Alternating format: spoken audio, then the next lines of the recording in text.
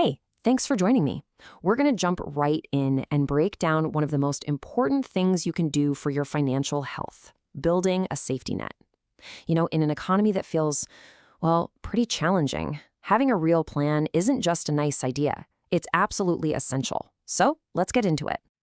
I want to start with just one number: 30%. A recent survey from Bankrate found that's how many Americans could actually pay for a surprise $1,000 expense using only their savings. Just 30%. Kind of sobering, right? So that brings up a really personal question. Just think about it for a second. If your car just died tomorrow, or you got hit with an unexpected medical bill, could you handle it? I mean, really handle it, without whipping out a credit card or making an awkward call to a family member? For a lot of us, that answer feels a little uncomfortable. And that discomfort, that feeling right there, is exactly what we're going to tackle, starting with what we're calling the $1,000 question. We've got to understand why this is such a common hurdle before we can jump over it. Okay, so this chart really paints the full picture. Yeah, 30% would use savings, but look at everyone else. 17% goes straight to a credit card, which means high interest. Another 12% have to borrow from family or friends. Add that up and you've got almost a third of people going into some kind of debt.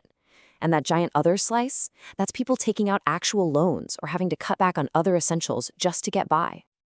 And look, if this sounds familiar, you are absolutely not alone. This isn't just a feeling people have, it's a reality backed by data. As Bankrate senior economic analyst Mark Hamrick puts it so simply, most folks in America live paycheck to paycheck. And that just makes it incredibly hard to get any kind of momentum going.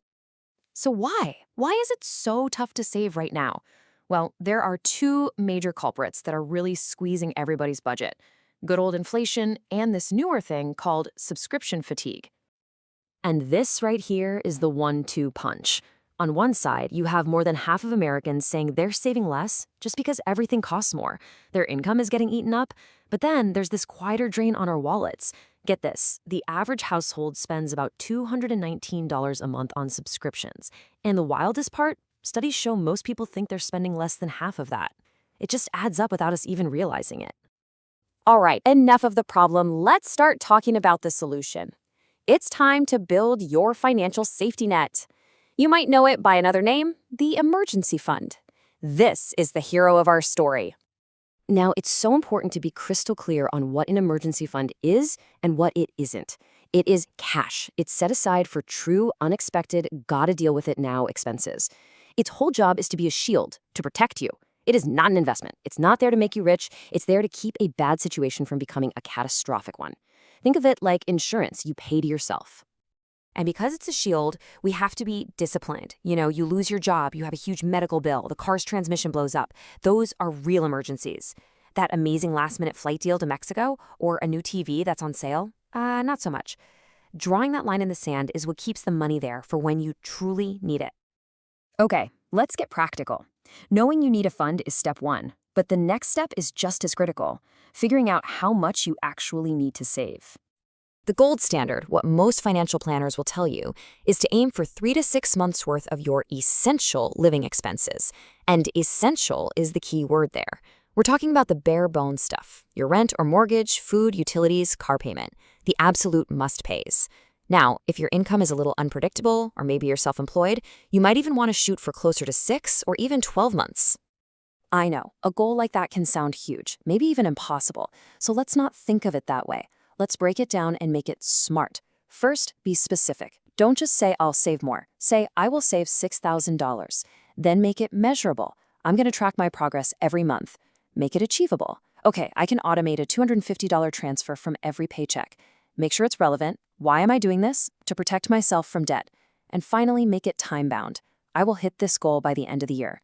See, suddenly it's not a dream, it's an actual plan. So you've got your plan, you're starting to put money away. Awesome.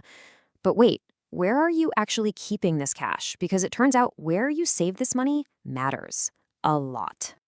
Okay, just look at this comparison. A traditional savings account, the one at your big brick-and-mortar bank, is paying an average of about 0.39%. It's basically nothing.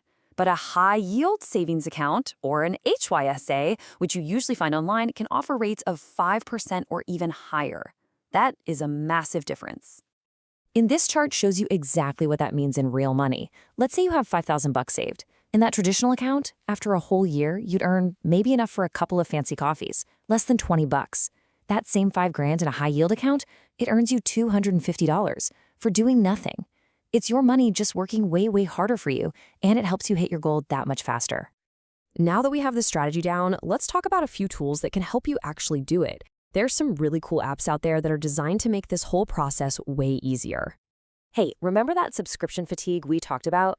Well, there's an app for that. Something like Rocket Money is built specifically to fight it. You link up your accounts, and it hunts down all your recurring charges and puts them on one simple list. From there, you can cancel the ones you don't want anymore, sometimes with just a single tap. Now, if you're someone who likes to be a little more hands-on, you might love an app like YNAB, which stands for You Need a Budget. It uses a system where you give every single dollar you earn a specific job to do, whether that job is paying rent, buying groceries, or, you guessed it, beefing up your emergency fund. It forces you to be super intentional. And finally, if you're more of a set it and forget it kind of person, an app like Albert is perfect. It looks at your income and spending, and then it cleverly moves small amounts of money into your savings when it knows you won't really mess it. It's an amazing way to build savings almost without even trying. So, if you take one thing away from all this, let it be this. Building a real financial safety net isn't about some giant heroic leap. It's not about finding a huge pile of cash overnight. It's about building a habit. Your financial freedom is built one small, consistent, intentional step at a time. Which brings us right back to you. We've covered the why, the how much, the where, and the how to. The rest is just doing it. So what is the very first step, no matter how small, that you will take today to start building your own safety net?